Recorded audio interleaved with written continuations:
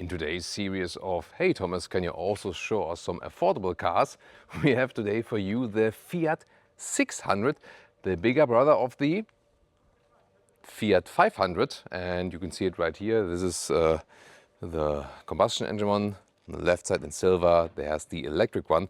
And that also counts for the Fiat 600 here, the bigger brother. That's both available with the combustion engine and also all electric. And today we've picked the maybe most emotional one, the manual combustion engine, because when Germans do it manual with the shift with the stick, that's definitely a lot of fun. So we will check out what do we get for base price of 25,000 euros, of course some options and so on. What do you get here with the Fiat 600? I'm Thomas, this is Autogefühl in 4K, full screen, full length. Let's go here. Exterior with a very round and friendly Italian design. Also then here with these twinkling eyes. Look at that in the front. Yeah, today also reminds us of Bentley, because they have a similar headlamp styling now on their new Continental, for example. Then the length is 4.17 meters or 164 inches. So although it's the bigger brother of the Fiat 500, it's still a relatively short vehicle overall. It's front-wheel drive, soon more to the engines and so on. In the rear you can see you have this kind of like a little bit boat design where the lower part is a little bit longer. Modern light signature on the right side, and we'll also check out how much space do we actually get. So there is an all-electric version. You can also check out the specs in the video description and also in the pinned comment. And this one in here is the petrol. And this one is also available in different versions, always with a 1.2 liter turbo petrol engine. And this one here with 100 horsepower and without mild hybrid. And there are also optional mild hybrid ones available with a little bit more horsepower. This one here is 10.6 seconds in the acceleration, so it won't be that much. You can see here, engine cover here also dampened underneath and so on. 12-volt battery right there. And the mild hybrid then automatic, but this one then with the with the gear stick. And yeah, it's always interesting to see because there are hardly any affordable cars anymore out there, and there are hardly any manual cars out there.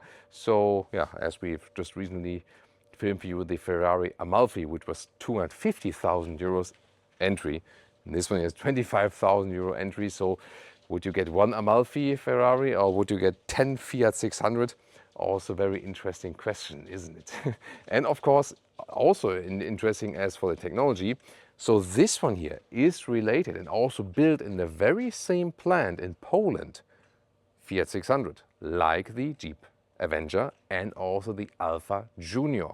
So they share all the genes and also the availability as electric and as combustion engine. And we'll also soon go for an Avenger review here for you that you can also compare it. Interior, the typical Stellantis key fob, then door closing sounds. Yeah, let's say probably they didn't pay too much attention to that at that price. Then here, inside of the doors. This is all hard packs, so all rather basics. Looking at the entry price of 25,000 euros.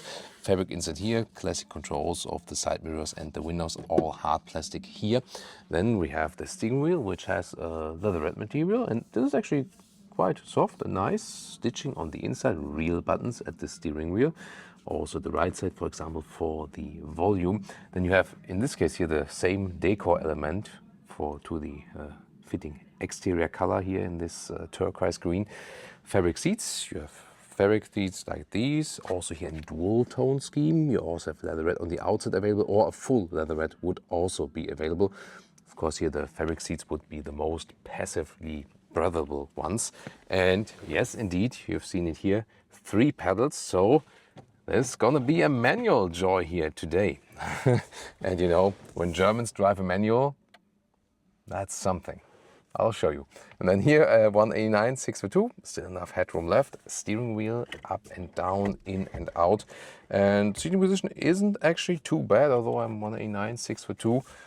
You can also adjust it here then in height. Welcome to the cockpit of the Fiat 600. Here you have one screen in this horizontal format.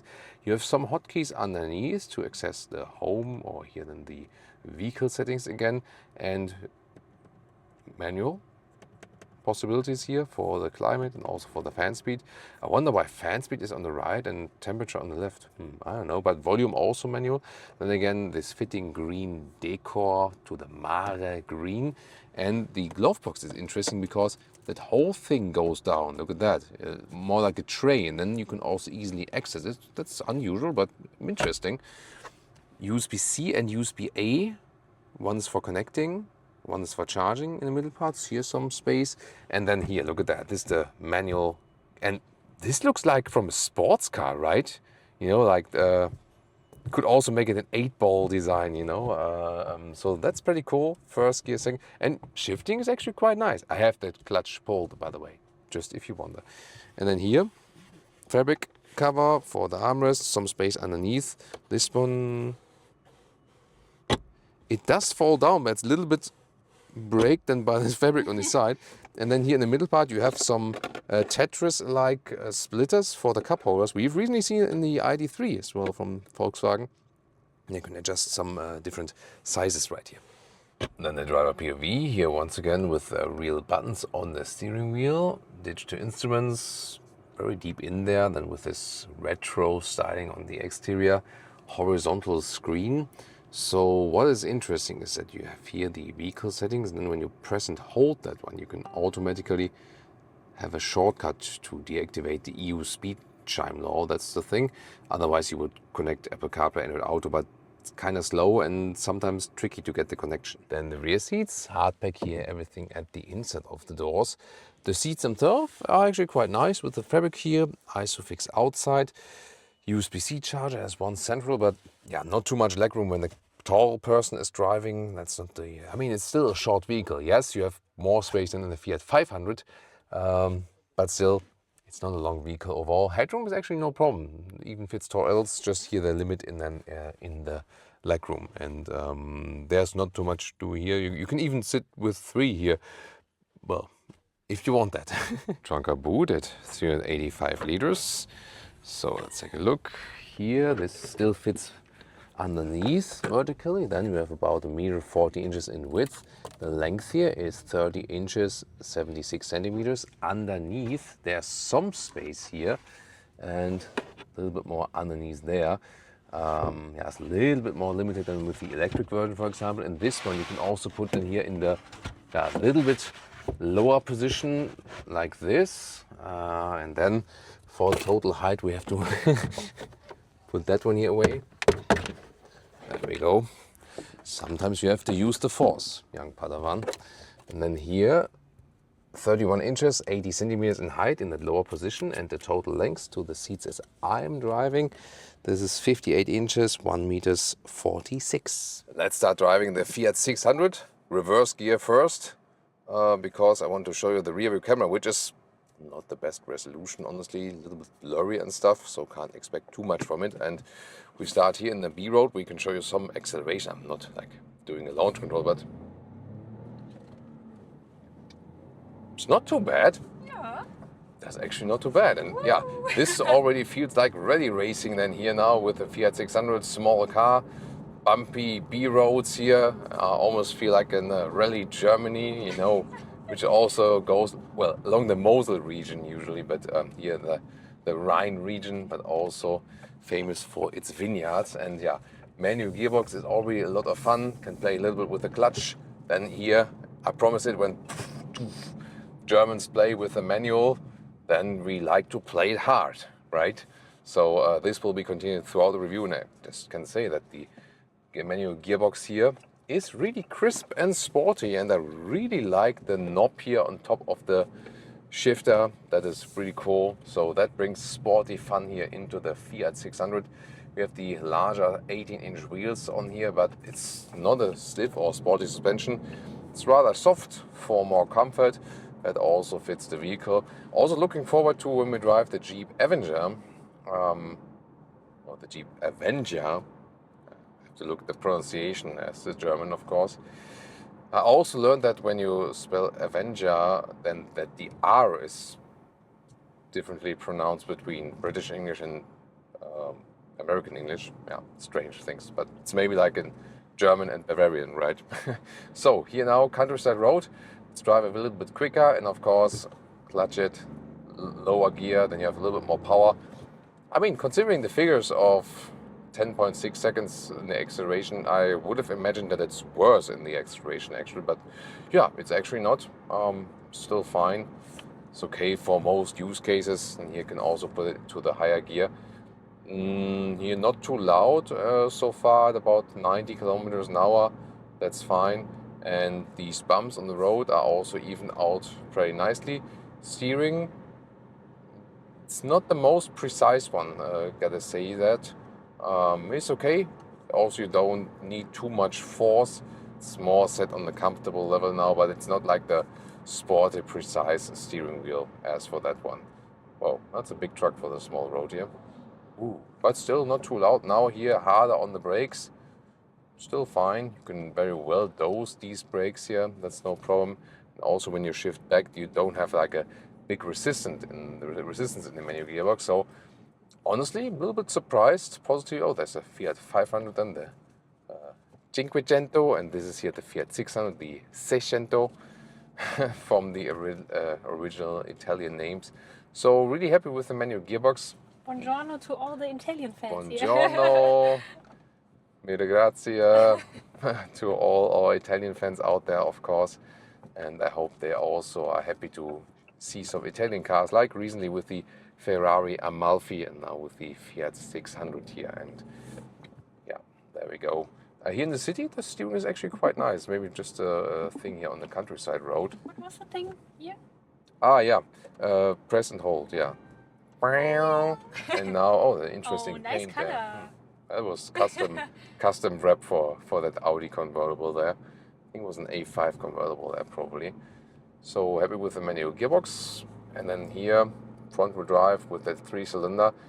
It doesn't sound too bad, you know. That's sometimes the thing that the 3-cylinders sound better than the 4-cylinders somehow. Here now, of course, when we're going uphill, then I need to go second gear. Yeah. Come on. Yeah, then you directly feel like in the last Fast and the Furious movie. Yeah, I mean, manual gearbox is always a lot of fun, even though it's not especially handy in a traffic jam or something like that, you know. But it's a nice little city car at that size, and it is actually fun to drive, you know. So, I mean, you see, like, we do have fun here, so why not? Seating position here for tall adults is also not too bad. It's not really uncomfortable. Fine, yeah. The fabric material is also fine. Here, that's something you also maybe then learned when you start driving with a manual. When I was starting to drive cars, there were only manuals in Germany. I mean, then there was like, oh, this guy has a car with the automatic gear. I was like, whoa, really? Oh, 4-speed automatic. And it was like, you know, everyone was driving manuals. So you also learn to do just that. Yeah, at that time in the US, all the cars were automatic already anyways. And then sometimes when you're approaching a traffic light, you're using the engine brake with the manual. You don't use the rear brake, but you put maybe like in second gear and let the clutch come a little bit and use the engine brake as for that. And to me, it's always especially fun when you're like going from third to fourth or back, because that's just like the straight way, you know, and it just gives like this somehow satisfactory feeling doing that. But maybe I'm too much car nerd for that, you know. So yeah, there is also the electric version for this one here, the Fiat 600. It will of course be smoother. It will be more responsive to drive and so on. But this one here, the important thing that you can stay low in the price and really have an entry level of 25,000 euros, and here then 28 with some of the extras. So yeah, it's very interesting, and I'm really looking forward to how the Avenger is driving in comparison towards that.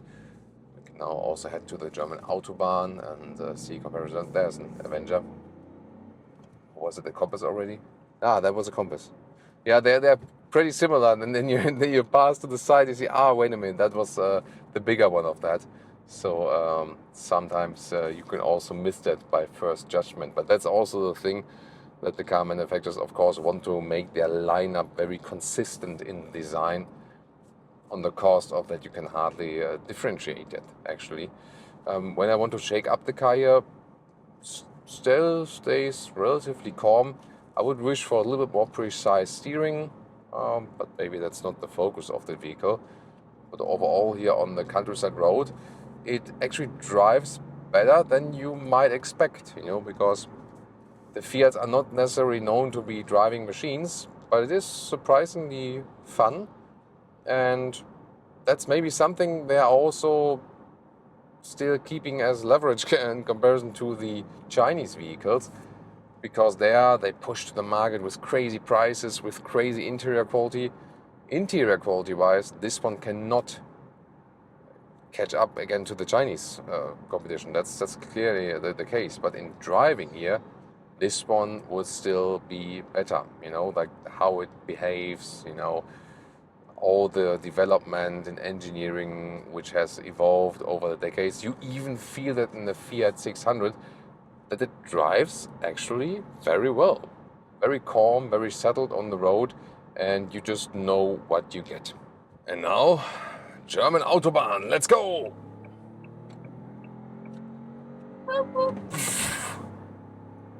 Oh, come on, come on, come on! Yeah! It's so much fun. Yeah, and we really mean that. It is a fun car to drive, and it doesn't look like that it's like has a focus of fun in driving and so on, but it really is, and that's a cool surprise here to me. So and it feels really solid. And most astonishing thing is really that it is here close to that 25,000 euro entry price, and you could imagine going with that one here even on holiday. You know, it has enough space. Maybe not for the whole big family or something like that, but you know, if you go with two people or maybe one child or something like that, that does work, you know. So, and then you have to think about always keeping price performance in check. It is so important that we still have affordable cars that are still decent to drive, because not everyone can afford 50, 60, 70,000 euro for a car, or like 600, 700 euros leasing rate per month and so on. And to me, that's good feeling that you also can get affordable cars which are still decent in the driving. And here at 100 kilometers an hour, 60 miles an hour, still not too loud on the exterior. Here, this is a motorway that's also somewhat rough here from time to time. It's fine. You can even go here to the 6th gear if you like, for better fuel economy, or for example here when rolling down, it's not using so much fuel then as for that. Here lane change at these speeds, doesn't shake up, still feel safe.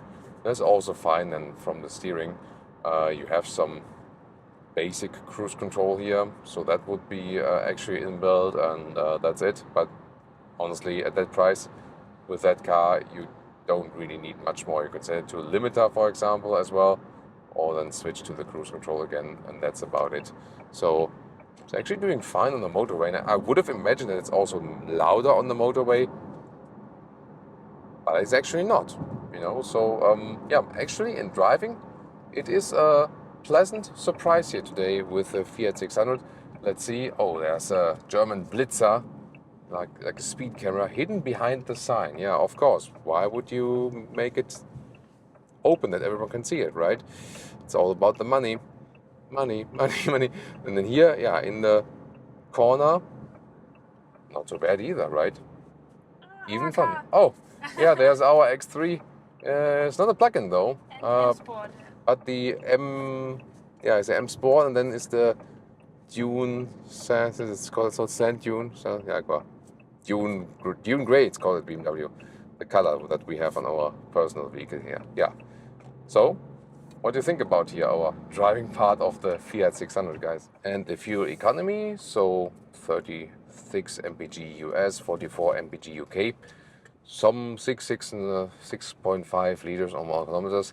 It's not the best, of course, for the small vehicle. This one here, now in situation city traffic and some countryside, like 80, 90, 100 kilometers an hour. That was our driving case here for today. It can be better, of course, with the mild hybrid engine. Then you would especially save some fuel in the city. But again, then you're also not at that lowest entry price. So as I said, 25,000 euros is the entry price, also here with the manual gearbox. However, we had some equipment here with this icon trim and the paint and so on. And then we end up at 28,000 euros.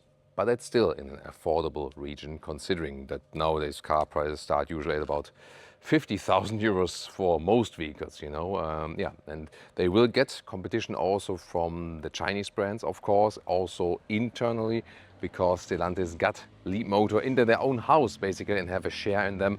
So they will also keep fighting for customer satisfaction, basically. Tell me what you think about the Fiat 600. And you know, there are the brothers of the Alfa Junior and also the Jeep Avenger, and we'll also test that one for you as soon as it's online. We'll also link it.